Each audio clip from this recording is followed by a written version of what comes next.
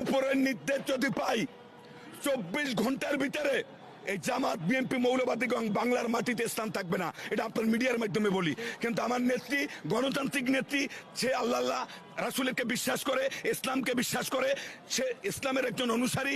এই কারণে সে অরাজকতা চায় না, অশান্তি চায় না, হানাহানি খুনাখুনি সে ভালোবাসে না।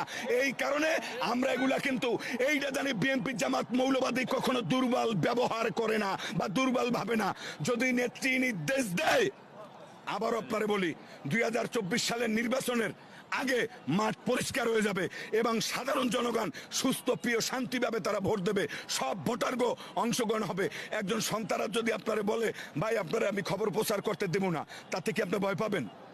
তাহলে এই দেশ গণতান্ত্রিক দেশ, ভোটাররা অংশগ্রহণ করবে। কোন জামাত দল কোন বিএনপি অংশগ্রহণ না করলো তাতে গণতান্ত্রিকের কিছু যায় আসে না।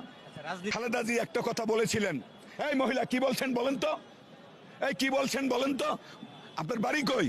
বললাম আমার বাড়ি গোপালগঞ্জে। কয় গোপালের নাম মুছে দিব, গোপালগঞ্জ নাম থাকবে না। এটা বলেছিলেন ওই কুলাঙ্গার জেনাখোর মহিলা। যদি অর্ডার পাই তাহলে কাউরে ঘরে ঘুমাইতে দেব না। জয় বাংলা, জয় বঙ্গবন্ধু।